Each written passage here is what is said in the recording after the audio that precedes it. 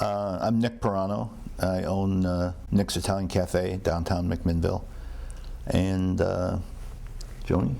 I'm Joan Drabkin, and I was the first culinary director of the IPNC for the first 14 or 15 years. Mm-hmm. So why don't we talk about those early years? What were the goals of the IPNC of getting this whole thing started? Well, I think Nick ought to answer that, but he should tell you the beginnings of it as well. Yeah. When I was first approached by some downtown business people to get involved in a wine event, they had in mind sort of a wine carnival, 3rd Street.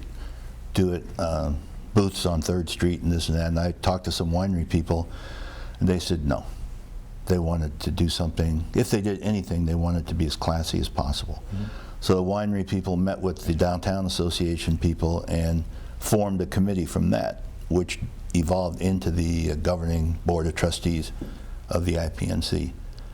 And our goal from the beginning was to do what the wineries wanted, as classy an event as we could possibly pull off. Mm-hmm. And I worked at Nick's at the time, so they were hatching this plan. And besides cooking at Nick's, I also did some culinary or catering work for them. And so I said, well, you know, I'll volunteer to kind of put this thing together logistically in the kitchen and get it going. So the first year I volunteered as the logistics person and the and I'm not a very good person on details. I tend to, when running the restaurant, I tend to have everything in my head, very seldom kept notes or anything, and Joni's much more detail-oriented. Mm-hmm. That was essential for this event, to have someone really on top of the culinary aspect. I believe that, the culinary aspect is, I think, 50% of the event. Mm-hmm. It's really, and the wineries understand, you know, that food and wine go together. They're meant to be together. I remember that first year, I had a notebook. Every year I had this IPNC notebook where I kept all of my notes and every conversation I had and everything. And I was working during the event the first year, and I couldn't find my notebook. And I remember just this horrible feeling. I walked outside of Dillon and just like walked down to the end of the street and walked back, and I knew I couldn't just lose it, which I felt like doing, but I walked back in, and finally, I can't remember how I found it, but I did. But it was like I couldn't remember the next thing that had to be done, even though I really knew, but I just, so those notebooks were essential. Yeah. Can you, so one of the things that comes up, and especially with the people who were the original founders and there at the very beginning, everyone just mentions Nick's back room. And so very important place. It's a very important place. And why don't you just talk about what that was like? Because I think a lot of it is we're less concerned with exactly who came up with the first idea. It sounds like there were a lot of discussions that were going on throughout. Yeah. But what was that? How is the back room a part of that, of the creation of IPNC? Well, the beginning of this organization and event was fueled by a lot of wine, and that was drunk in the back room, and plans and ideas sometimes got quite grandiose, as you might imagine. And then the next day we'd bring them back down to a real a scale that could be realized. And but those meetings and talking and drinking wine and laughing and figuring out what we might possibly be able to pull off, they were a lot of fun, and they really were creative. They were creative times when ideas got tossed back and forth and hashed over, and great times were had doing it. Creating the event was fun. It was a lot of fun. Well, it seems like it would have to have been a pretty creative process that would lead you guys to ask a Baptist school to host the Well, the two connections were Charlie Walker, of course, as president, and we heard from a gentleman named Frank Spears, who passed away a couple of years ago, I think. He was the chairman of the Board of Trustees and an enophile. So he wanted the event on the campus, and Charlie Walker liked what was going on in the wine industry, and he also was in favor of this event. But the board was a slightly different situation, and they went before the board, made the presentation, said this is going to be a very formal, serious event, and tasting wine, not drinking wine, and the board approved it. And I heard, this is just a rumor that I heard afterwards, there were a couple board members in tears that Linfield was going to have wine on campus. They were not happy. But Frank Spears was a great guy, a great guy.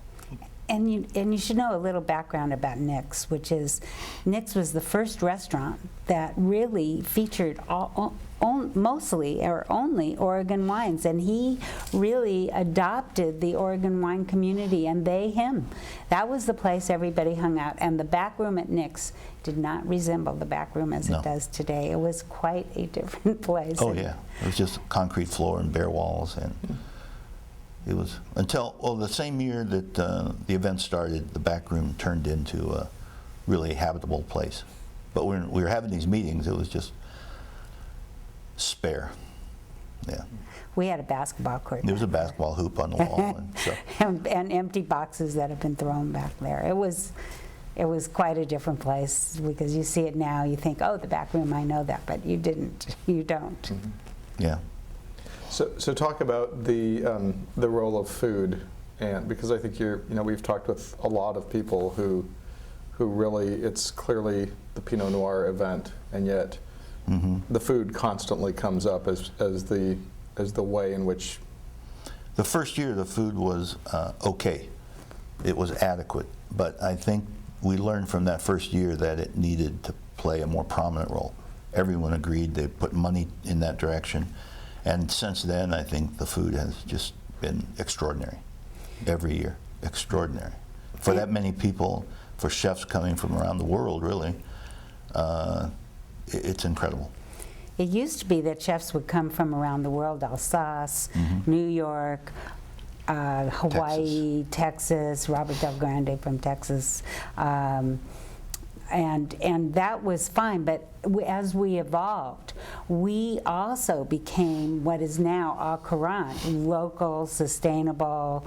And now, I'm not sure of this, I don't remember all the chefs that are coming, but I think the predominance of chefs come from the Northwest, Portland and Seattle, which was, it was just fabulous. And in my job, at that time, and it's totally different now, it isn't done this way, but I purchased the food.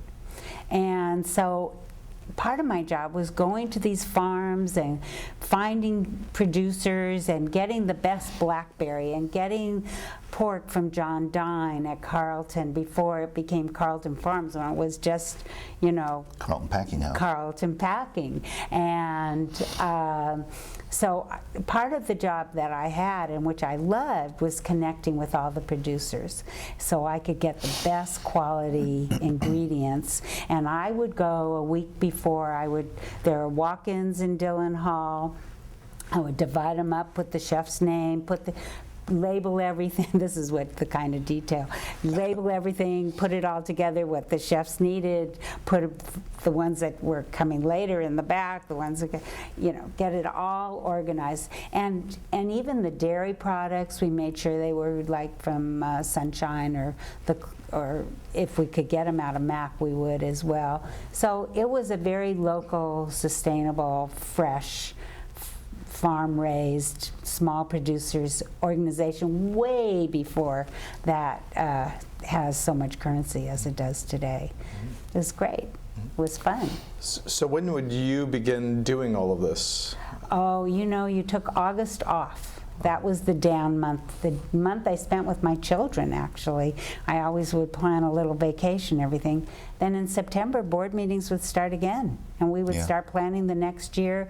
We had to contact people. They had to get them on their calendars, and so usually by the end of November, our program was set for the following year. Then it was a matter, I would meet with chefs or talk to them on the phone if they weren't from here, and we would go over menus and figure out what was going to be fresh and current as far as what was ripe at that time, and couldn't have oysters, for instance, because oysters really weren't good in July.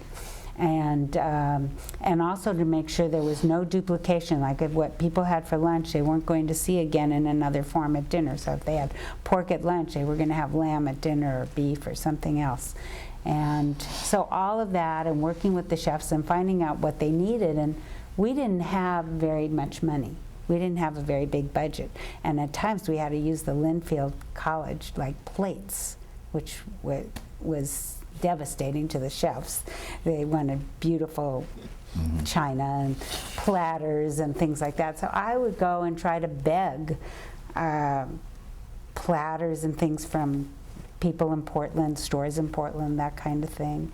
And then Doug Hurl, who owned Mac Rental, which is now Hertz, but it was Mac Rental, he was very, very helpful in trying to get us things, and he would buy things just for us that we would rent from him. We had no storage, so we couldn't buy them for ourselves. And it was a very different time. And the kitchen was very different. It was not like, there was no air conditioning, for instance, and we'd always have a 100-degree day, and I would bring in these huge fans in the kitchen to try to keep everybody cool because the kitchen was crowded and hot. Remember that? We would have to have lots and lots of water for people because it was a sweat. It was horrible. I think at first the staff at Linfield, maybe the first year or so, didn't quite, they felt put upon, I believe. But after the first year, they realized how much fun it was, and they really got on board. They were great, actually. You had these ladies with hairnets who were, slinging hash, basically, for the Linfield students.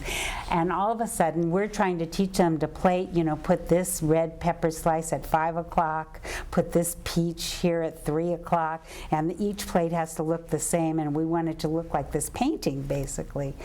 And some of the people got into it, but some people felt a little resentful. So what we did, and I don't even know if the board was aware of this, but we tipped them at the end of the year, and I wrote each person a personal thank you note.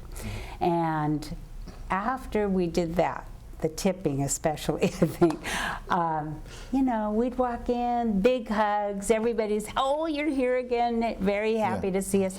And we really tried to be very courteous and respectful of everybody who worked there, but especially them because they really had to give up their territory. And they worked very hard for those days. They did. We asked a lot of them, whether the dishwasher, Mabel was her name, I think she came from Mid-Valley. I would walk in, and that woman worked so hard, I couldn't believe it. And I'd walk in, she'd just give me this great big hug, and she said, well, I'm so happy you're here again. We tried to make it fun for them. We made sure they got food. We did everything we could to make their time with us as pleasurable as possible, and they worked hard for us, too. So were you working in the kitchen, or what were some of the things you were doing at this time? Sometimes early on, my place had quite a bit of responsibility. The first few meals, there was Higgins from Greg Higgins from Higgins Restaurant. At that time, he was a chef at the Heathman Hotel, and Michael Wild. Very nice of him to jump on board from Beowulf Restaurant in Oakland. Those guys had nothing to gain by doing this. They were in pretty good shape, good jobs, good businesses, but they agreed. And they came on board, and for the first few years, they really worked hard, and they produced a lot. And I was in there with them, helping them, whatever they wanted done, for their meals. And they were helping me when I had something going on. A lot of fun. Michael Wild was really good about educating everybody to how important fresh, local produce or or meat or whatever it was. And in fact, he always did a duck dish, and he had these ducks imported from California, but because there was nobody who raised ducks here. But you know, the way they got here, how pristine they were, everything. He was insistent on it, and he did a lot to teach everybody here about food. He knows quite a bit. Yeah. He's still in business at the Beowulf too. How old is he now? I think his baby son, which came late in life, 56, I think is in college. So he's probably in his well into 70s, yeah. So you'd mentioned the first year the food was okay. Yeah, he got people fed, and it was. He got people. And it was. Well, you know, fairly tasty. Raleigh headed Marriott. I can't think of his last. Then Tev's. T-O-E-V-E-S, I think. Tev's, and yeah. it wasn't Marriott though. It was, wasn't it? It Saga? was Stuart Anderson's Saga, Gourmet, yeah. something or other. And he did his best, he would do these But dishes. he was used to making feeding these kids here at Linfield, you know, for $1.27 cost for dinner, and you tell him he has $8 to spend. I think he was hard for him to go over $3. It just didn't seem right, you know. But he did a really good job, and he comes back and volunteers even to this day. Yeah. He really likes the event so much. And in fact, other people who headed up either Marriott or whoever headed up, ran the kitchens there, like Rage, there's a fellow named Rage. He comes back and still volunteers every year. And I worked very carefully with those kitchen managers, or I don't know what their titles are, but yeah, it was important. So what are some of the changes that you saw that you've seen over time? Because it just seems like they're... Well, the one thing Joni mentioned was the fact that now the chefs are from Portland, with maybe one or two from Seattle. And we had Robert Del Grande from Cafe Annie in Houston, right? Mm-hmm. In Texas, I think Houston. A big name, and still a big name. And he volunteered to come. So that's one transition I've seen, and the quality has gone up and up and up in the food. Also, they've broken the meals down, so no longer is one person trying to prepare the whole meal for 600 people, which is quite a task. And they break it up, and there are a lot of friendships that have formed at the culinary level. Professionals that really look forward to seeing each other here. And also the logistics of it have changed. They have more meals outdoors in tents. The chefs basically cook most of their meals at their restaurants. They buy their own food now. The way it's done is quite different, and it's beautifully done. Mm-hmm. It just, when we were starting out, we were just going by the seat of our pants. So. One of the terms that's come up a couple of times is that a lot of the folks in the food industry call it chef's camp. Yeah. Yeah. And can you talk about that and why it's called that? Well, I can a little bit. Yeah. I would, we were always trying to induce volunteers that had cooking skills who were professionals, and finally we attained that. And the chefs, so I would make sure that they were all like in the same dorm, or they were lodged in the same places, so that they would get this esprit de corps going, and they would party together and have a lot of fun. And I remember them requesting one year, they wanted to know if I could get a ping pong table put into the dorm for them. I tried. I don't think I succeeded. Greg Higgins used to bring a huge crew with him, and they'd work very hard, and then they'd go out in the green in the commons area and play, they called it full contact croquet. They went crazy playing croquet and drinking and having a great time after their meal was done, after they'd done there. And he was very important in upgrading and sustaining quality with the meals. He's a good fellow. And he's another one who was been for many, many years into local and fresh, and has his own fishermen, even if they're not in Oregon. They has his own fishermen from Alaska, you know, all that kind of things. And he was terrific. And when he ran the kitchen, it was not only ran extremely well, but it was a lot of fun. Yeah. It was a lot of fun. And then they would all get together and walk downtown. They would, after work, they would, we insisted that everybody walk. That was, no matter what, they had to walk. And then they would all go downtown and go to the Deluxe or the Blue Moon and shoot some pool and just have more fun and kind of come home very late and Do it again. get up. And they had to be in the kitchen by 6 in the morning, where we would have coffee and breakfast waiting for them. But And sometimes they were a little ragged, yeah. but they got it done. They And did. and that's why it was called Chef's Camp, I would think. They had Yeah. a great time. Worked very hard, but had a lot of fun too. Well, it seems like that, the chefs have that, the volunteers with whom we've spoken to talk about that feeling of getting to know the chefs and learning how to cook and in ways that they never would have had to, maybe in sort of their normal lives, right? Yeah. Well, a good example of that is I have a friend, Molly Priest. We were parents together in a school our children went to. It was a private school called Arbor School. And I knew that she had cooking experience from Chicago. And she was a chef, in fact. And I said to her, well, would you like to come out to the Pinot celebration and do this? And she said yes. So she came. Well, she had a blast. She just had so much fun. So she came every year. I don't think in the last couple, but she was a featured chef as well. And she became friends with Kathy Wims, and she worked for Kathy Wims for years. So all of these things kind of feed off of each other. It's networking in a very fun sort of way. So that's just one example. There are many.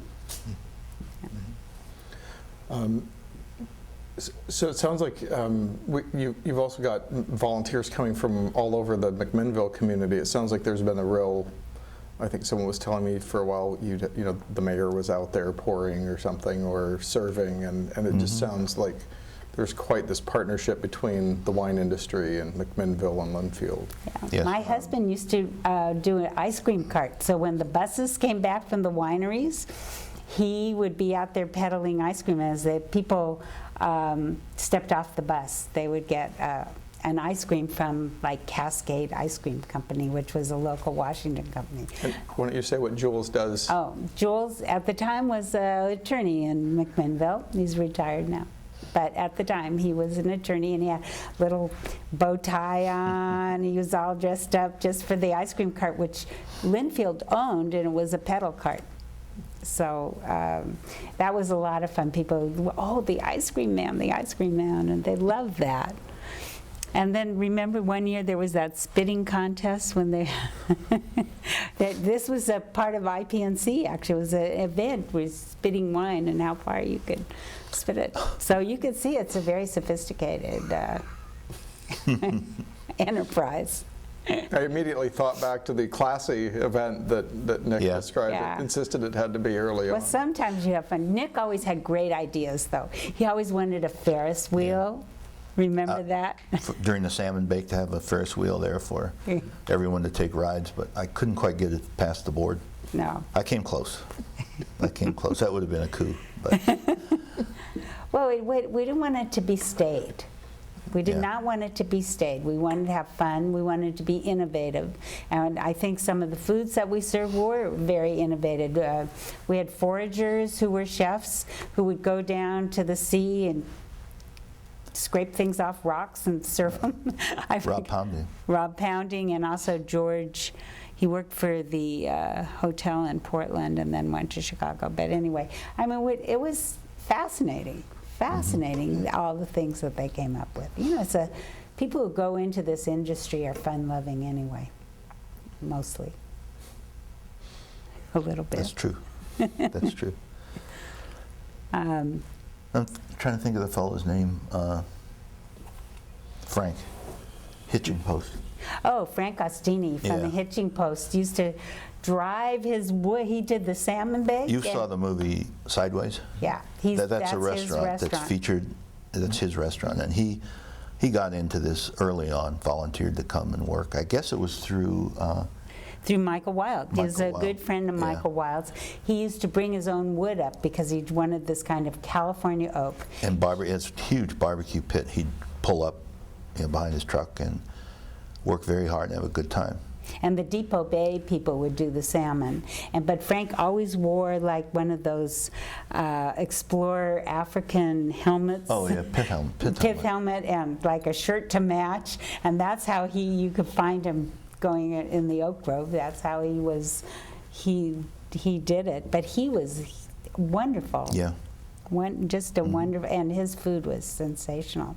And then somebody else would do all the salads and that kind of thing.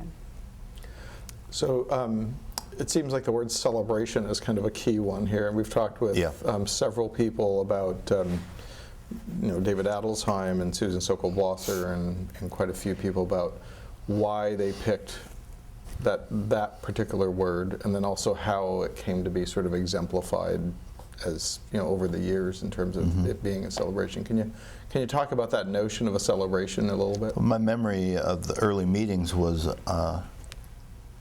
that there was a very, very wise decision that this would not be a competition. So since it's not going to be the international Pinot Noir competition, think of a term, think of a word, and we did come up with celebration, and it was perfect. It was a very well thought out approach to what this event should be, what it should be like, and celebration was the perfect term. And I think it's been achieved. It is a celebration. People come and have a lot of fun, and they talk about wine, they share views.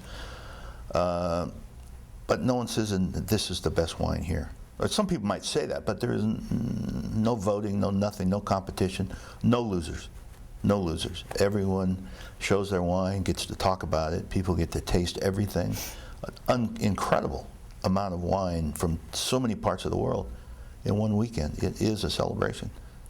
It's Absolutely. terrific. Yeah, it's terrific. And it was great because I've always traveled a lot. So sometimes I would meet people like in Bali or wherever I was, and I was able to talk them into coming here. And they always were so grateful and had no idea, of course. I mean, people didn't know about Oregon even 25 years ago or 15 years ago. And maybe not even today, I don't know. But boy, once they got here, they just love it. And much less to say they didn't know anything about McMinnville, Oregon, I can tell you that. But I was so enthusiastic. I loved, it may not have been the most high-paying job I had in my life, but it was the best job I ever had in my life because there was a lot of fun, a lot of conviviality and collegiality and challenging because every year there were new problems that you needed to solve in order to have 600 people as your guests, and we were always felt like the hosts, and we wanted to make everybody comfortable and happy. So it was fabulous. It was really fabulous, and we got people from all over the world to come. It was great. There was an article, this is sort of off the subject a little bit, but an article in the New Yorker magazine about Burgundy and Bordeaux and the different approaches and attitudes and this and that. And one line I remember in the article said that people from Bordeaux spend their summer at the shore, at the seashore, the Mediterranean, fancy resorts, whereas Burgundians choose to go to McMinnville, Oregon. That was nice. It was nice. Well, why don't you talk about that too? That's another, we've talked about with people about sort of the celebration of the grape itself, which wasn't well known at that time either. And then there's the word celebration, but also that it was also very consciously trying to make it an international event, and that was another key word that was part of that. Well, you said you spoke with David Adelsheim. I think he was really the main mover that made that happen, got that to happen. It was going to be an Oregon Pinot celebration, and then maybe Northwest, maybe invite Washington, maybe not. But then, what's his name? Jim Clendenin. I think that might have been through Adelsheim also, maybe through Dave Lett, that he agreed to come and show his Pinot Noir. So now it's the American, Pinot Noir celebration. And Dave Adelsheim said that I think maybe I can get a couple people from Burgundy to come over. that made it international. So, And then expanded, you know, to Oh, yeah. New Yeah. Zealand and Australia and to South Africa and Who was Switzerland. the French chef that came a couple of years? The guy from Alsace. Yeah, I can't remember his name. He was Young a friend man. of Greg Higgins. And a young man too, very young. Yeah, but you know, importing these chefs also there was cost. The wineries to import the wine really lived up to the ideas that were behind the international Pinot Noir celebration. But really importing the chefs and the people they needed to help them, and then also sometimes we had one chef who wanted like Guam purple potatoes and lau lau leaves and banana leaves and all these things. And it was like, you know, maybe this isn't such a good idea. This is not, they don't grow this, and it was expensive. And sometimes the chefs were just adamant that they had to have those things.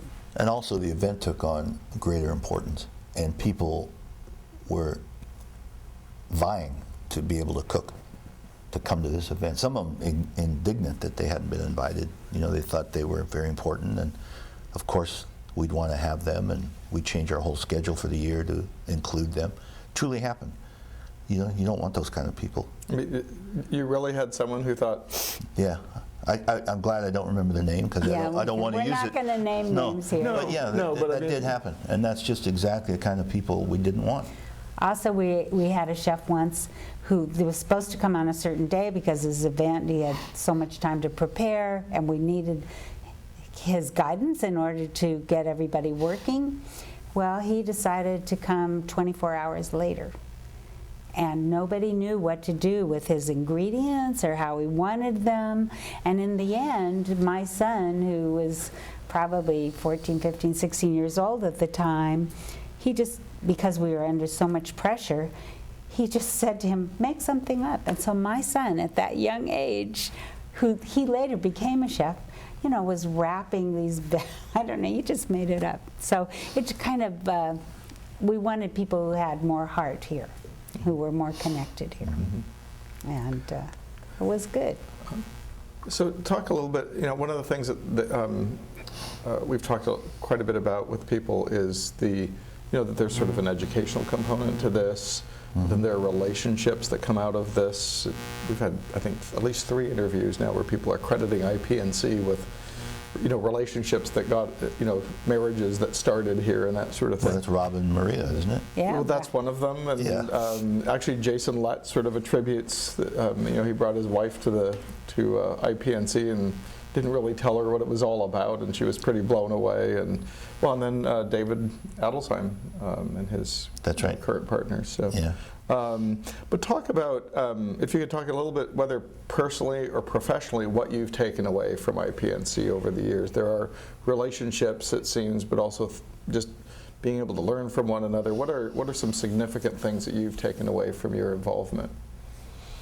Well, I'll talk first while you're Yeah, thinking it. I have really deep relationships with a lot of people, including Stephanie Kimmel from Eugene, who has Marché, and who became the person who's one of the people who took over when Greg Higgins wasn't leading the kitchen. She also served on the board. Volunteers that are my friends and good friends. I mean, friends I see, like Molly Priest and Joan Cirillo. Joan Cirillo was a food journalist, and she volunteered, and she got a lot of press for IPNC because of that. So I have lots of friends in the wine community that I'm still, Ponzi's, for instance. We all bonded, and we had this common goal, and it was fantastic, and we had a lot of fun achieving the goal, which was, I think the fun factor is really high on the list. So it was a great job, and the collegiality was fabulous. When I went back to working for myself, it's what I mourned. I did. I missed it a lot. I think about how impressed I am and proud also of what has been accomplished, what the little town did, and the people in it, the wine industry, the citizens, the restaurants, all came together. I can remember being at the event, and I don't know who I was talking to, but it was like David Led or someone like that, and looking around the beautiful, the salmon bake, let's say, that evening. It's really a pretty event. And just saying, holy mackerel, what have we done? This is amazing. And, German, French languages being spoken, and all these people having a great time in our town. And I think the fact that Linfield is such a picturesque place. Yeah, it is. Beautiful. Really, it's kind of in the background and nobody really acknowledges it, but really, this is the perfect place. We went at one time because the board wanted to expand the event, and there was no way to expand it very much while we were here. So we went and looked at other campuses and other venues, and they just didn't match up.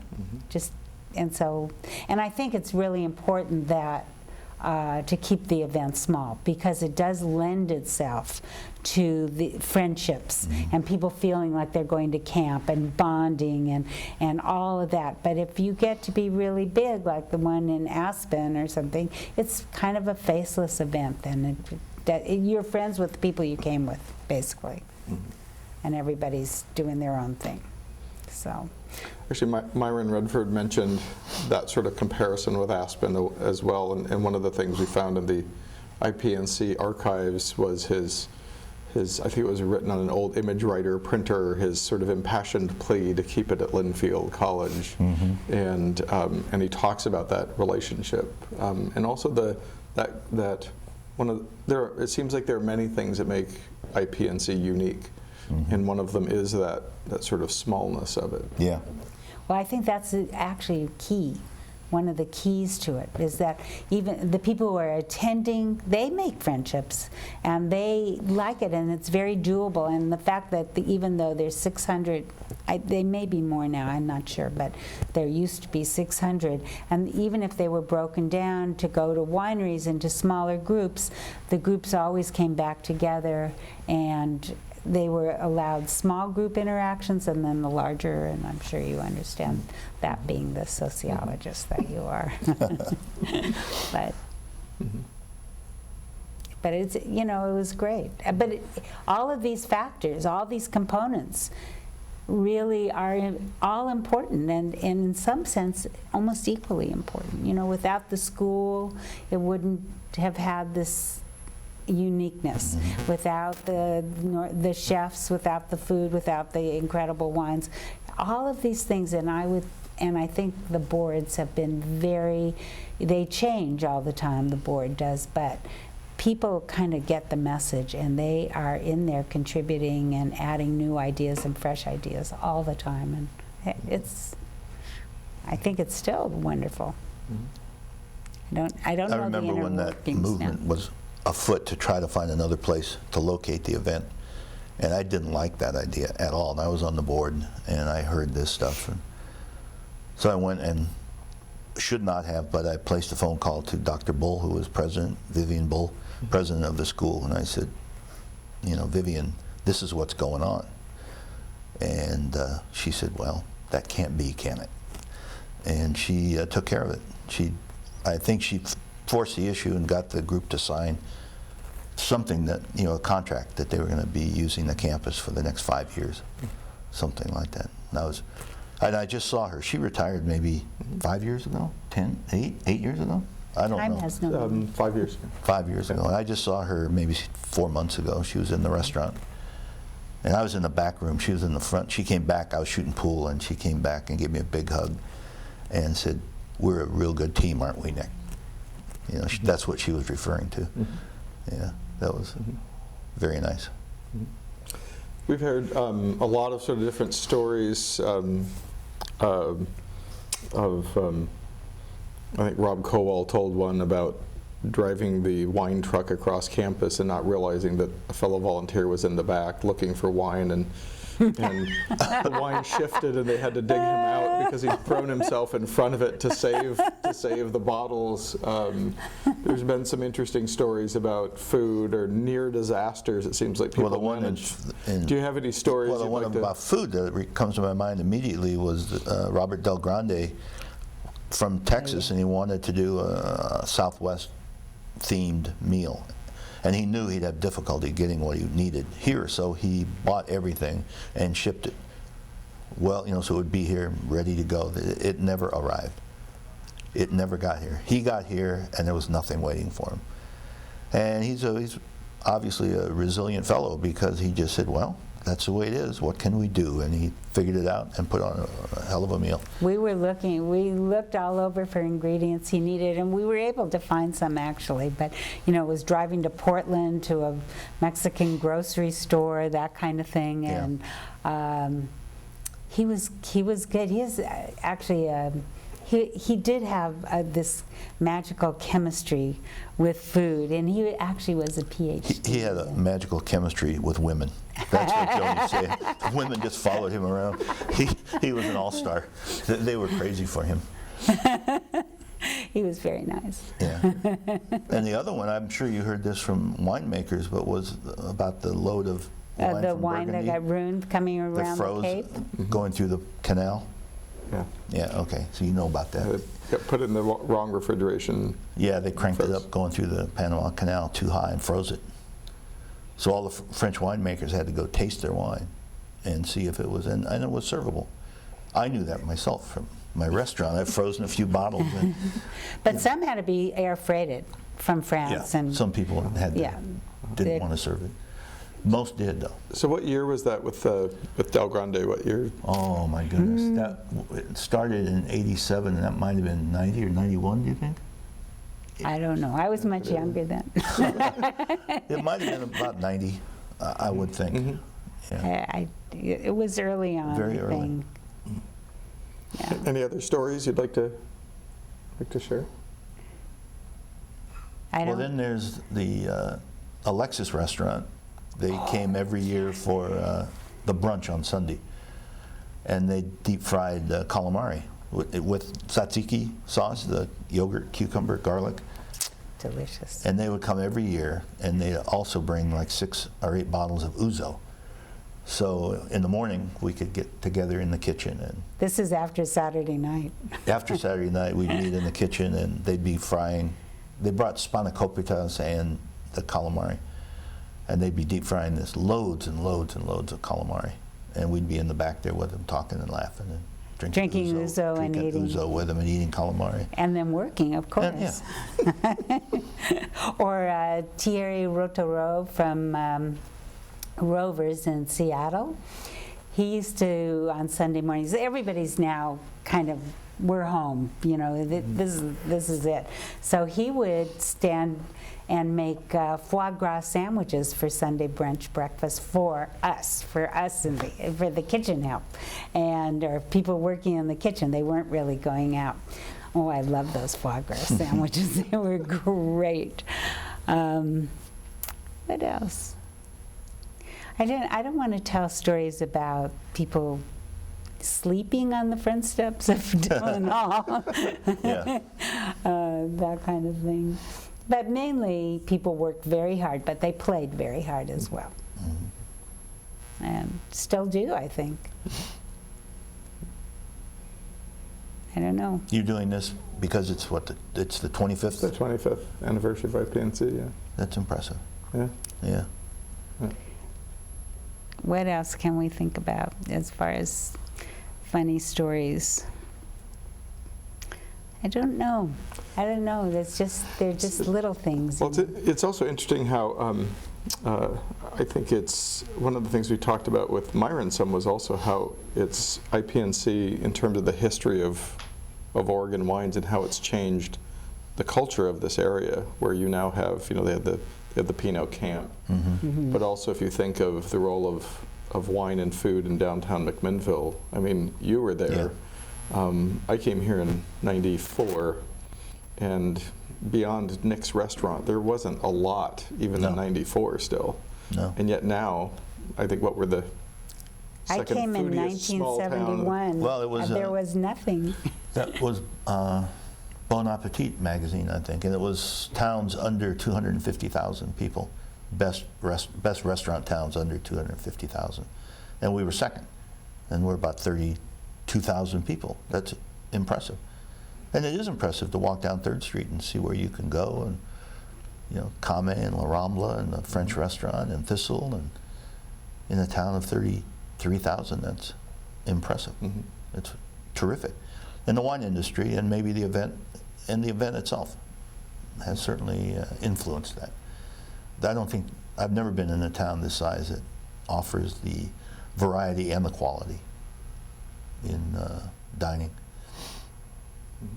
I think one of the people originally who, I don't know exactly what his role was John Roothouse ever on the board itself? Yeah, Anyway, he was one of the founding people, but he was in real estate, and I think part of all of this is he wanted to sell real estate here. You know, he wanted to expose this area and to advertise this area. Were you able to interview Ken Patton? Did you talk to Ken? Have we gotten Ken Patton? I think we've been trying to track him. He's one of the ones we have not been able to track down yet. No? No, we haven't yet. He's not in the phone book, or do you know? I have his number anyway at home. Okay, well, Yeah. if you send it to He's very important. He's very important. No, we've been trying. Okay. Because as with so many things, right, we start doing the interviews and all of a sudden people are coming up with some, we can't possibly interview everyone, Yes. but that's one of the ones Lacey's actually been working pretty hard on. He was president of the board for 10 years, maybe more than 10. And he was the GM at the HP plant. Yeah, we've heard the stories about, Yeah. and actually even the engineers doing some of the logistics. They ran the wine rooms. HP people did in the beginning. And his second, Bob Burnett, his second in command at HP, was on the board also. And he was a very stabilizing influence. He's a very wise man. And he kept us on the straight and narrow in terms of finances and that kind of stuff. It was Not in terms a of other tight, things. let me Not in tell you, terms of the other budget things. considerations were quite different when we started out.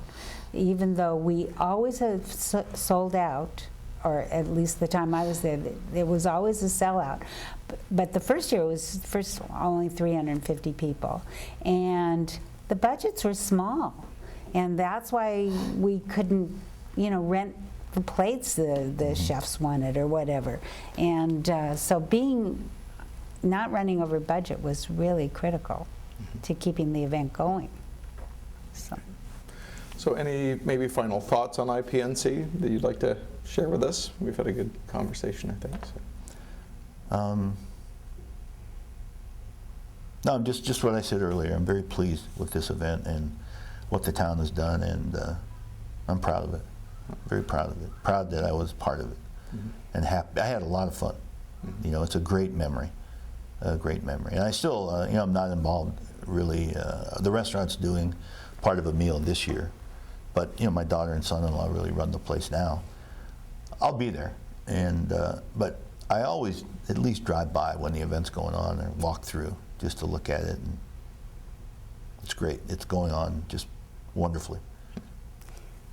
I think actually Nick touched on something. I mean, we both had a lot of fun and we loved the event, but all of our children are involved in food or wine.